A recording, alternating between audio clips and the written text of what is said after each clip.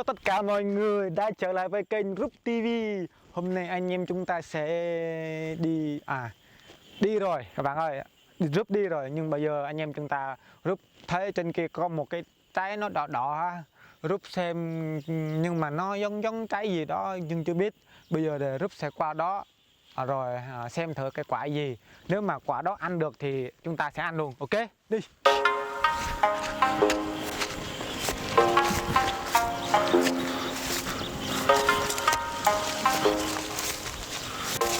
Anh này mình biết rồi các bạn ơi.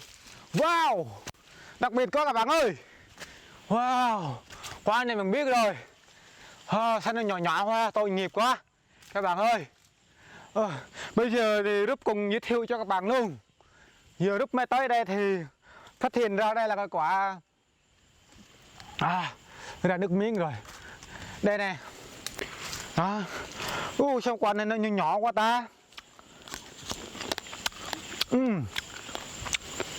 Chua.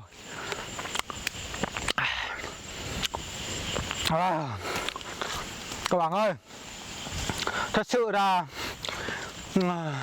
Rub thấy cái quả này, cái cây này với cái cây này nó khác nhau các bạn ơi. Nhưng mà cái tên duyên là mà số phận nào thì đưa hai người nó yêu nhau. Bây giờ thì nó làm gì không biết nữa. Nó yêu nhau rồi ở bên nhau, ôm nhau, hôn nhau, làm gì không biết nữa. Nhưng mà cảm thấy tội nghiệp quá các bạn ơi. Cái quả này nó nhỏ xíu cái cây này nhỏ xíu do nó bị cái cây to này nè, đó kẹp nhau nên nó bị nhỏ xíu, nó không thể lớn được đâu. Tội nghiệp quá các bạn ơi.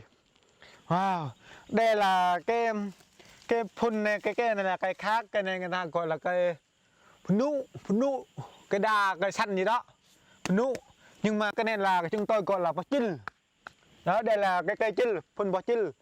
Cái trái này thì bây giờ ông Tân Vlog sẽให้cho các bạn xem nhá.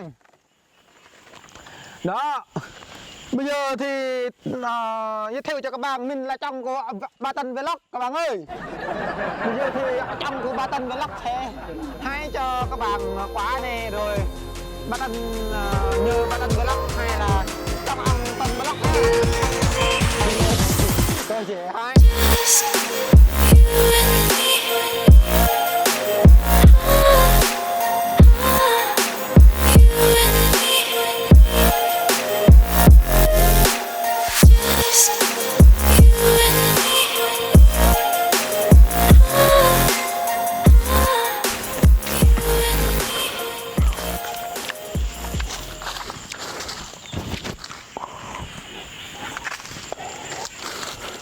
Wow các bạn ơi. Nhiều rồi các bạn ơi. Bây giờ thì Rub sẽ đem cái này về nhà đã. Ở đây không có muối nên đem về nhà có muối thì ăn nó ngon hơn. Bây giờ thì Rub sẽ giới thiệu cho các bạn. Anh em chúng tôi ở đồng bào chúng tôi gọi đây là quả chil, quả chil. Cái quả nó hơi nhỏ, nhưng mà ở trong làng cũng có, ở trong làng ở vườn rẫy gì đó cũng có, nhưng mà bây giờ thì ít rồi. Cái quả này thì chắc ngày xưa cũng nhiều. Cái quả này bình thường nó mọc ở trong rừng gì đó, trên núi gì đó rất là nhiều. Ở trong vườn có là chắc là ngày xưa ở trong vườn mình cũng là rừng là rẫy mà, nên nó có là bình thường đó. Rất là ngon, nhưng rất là ngon, chua các bạn ơi. Khi nó chín là nó màu đen, nó ngọt ngọt hơn. Nhưng mà cái này là nó chưa chín lắm nên nó chua chua. Để ăn thử nha.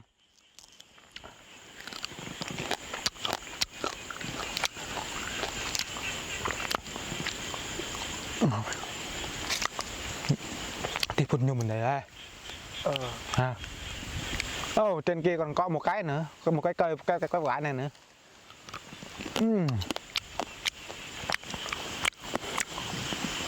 Đây này các bạn ơi. Đó, nhìn thế nào. Đó. Quả của rừng, quả của núi, rất là tự nhiên, chua, sạch sẽ, không chất độc, không thuốc thực vật, đó, xanh sạch đẹp, đem về ăn, ok.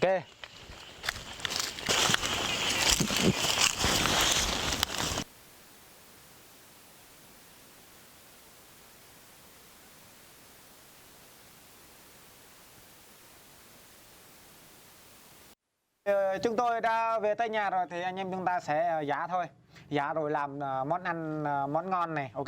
Đây này, đó, ớt. Bịch đầu tiên chúng ta phải có ớt. Làm món ăn này là siêu cay luôn các bạn ơi. Có ớt nè, đó, nhiều ớt luôn, đó, nhiều ớt luôn các bạn ơi, thở ngon khùng chờ. Mình giả ớt trước luôn. Ớt này mình không rửa nè, mình ăn cũng chết rồi các bạn ơi. Giờ người ta bỏ phần bón thuốc đi, vứt đi. Rồi cái mình cho muối ít vào, đó, ít vậy thôi, ít vậy thôi. Rồi cho bột ngọt vào, mình làm đơn giản vậy thôi, ít thôi.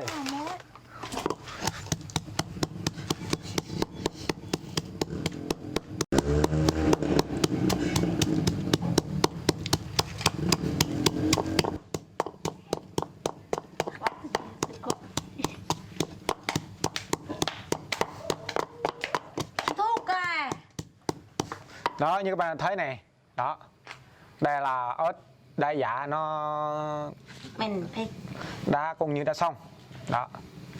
Bây giờ thì chúng ta sẽ bẻ quả này bỏ vào đây, chị này nhé, đó. Bỏ vào đây, này này, đó, chúng ta bỏ vào đây, đó, chúng ta giả nó siêu chua luôn các bạn ơi, đó. Rồi hãy đi bẻ vào đây, bỏ vào đây đi, đó. Chúng ta phải giả nó, đó, đủ, món này đặc biệt lắm các bạn ơi.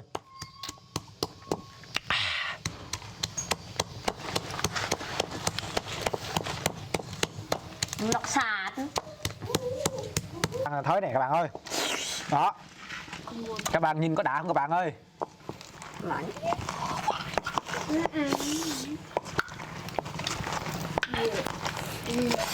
Lâu Và nhìn nè, rồi như các bạn đã thấy này các bạn ơi, đó, đó, có ớt, có muối, có bột ngọt, đó, đây là có bò chiên nữa các bạn ơi, đó, đó. Các bạn có rơi nước miếng không các bạn ơi, bằng ra nước miếng không các bạn ơi? Có. Bây giờ tôi sẽ thưởng thức cho các bạn xem nha. Đây nha các bạn ăn.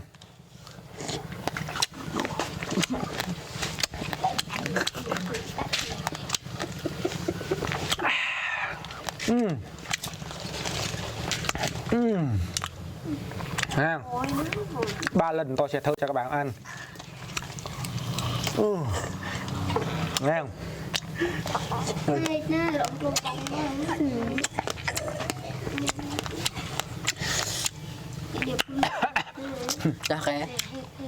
Siêu cay, siêu ngon, siêu đậm đà, siêu phí. Sắp siêu mi. Tất cỏ. Siêu bị nhầm. Siêu nhá. Siêu bó chơi lượt em. Siêu ơi. Ngon lắm các bạn ơi. Ngon đâu, dở quá. Nghe, nghe. Cho các bạn ăn nha.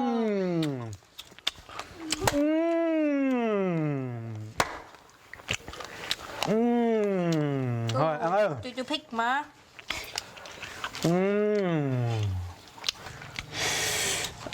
Ăn đi. Ăn đi.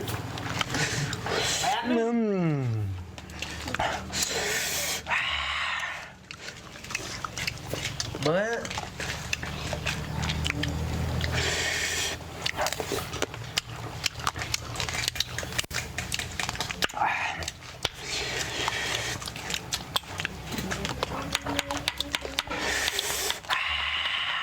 Quá bạn ơi. Hay lắm.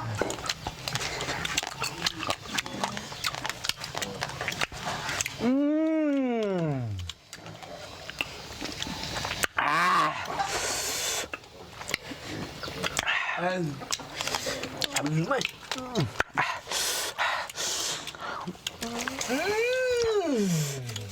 Bạn ơi, thằng này ăn giỏi quá bạn ơi, mình cho 1.000 này bạn ơi. Bạn này có ăn giỏi quá bạn ơi, cho 1.000 bạn ơi. Nhìn lên lại các bạn ơi. Ngu để cho mày à.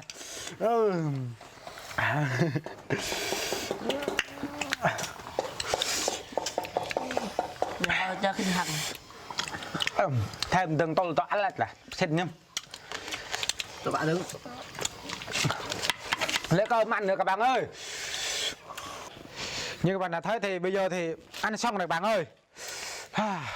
Cay, chua, ngọt của bột ngọt đó, như các bạn thấy đó, hết sạch luôn. Như bạn thấy này, hết sạch luôn đó. Cái thằng này nó ăn chưa chứ đã luôn đó, nó lấy cái muối rồi bột ngọt rồi đó. Cái thằng nhỏ này nữa nó ăn miết mà nó vẫn ăn đó. Cảm ơn các bạn nha, các bạn đã xem video này. Hẹn gặp lại các bạn một video ăn trái quả rừng tiếp theo nha các bạn.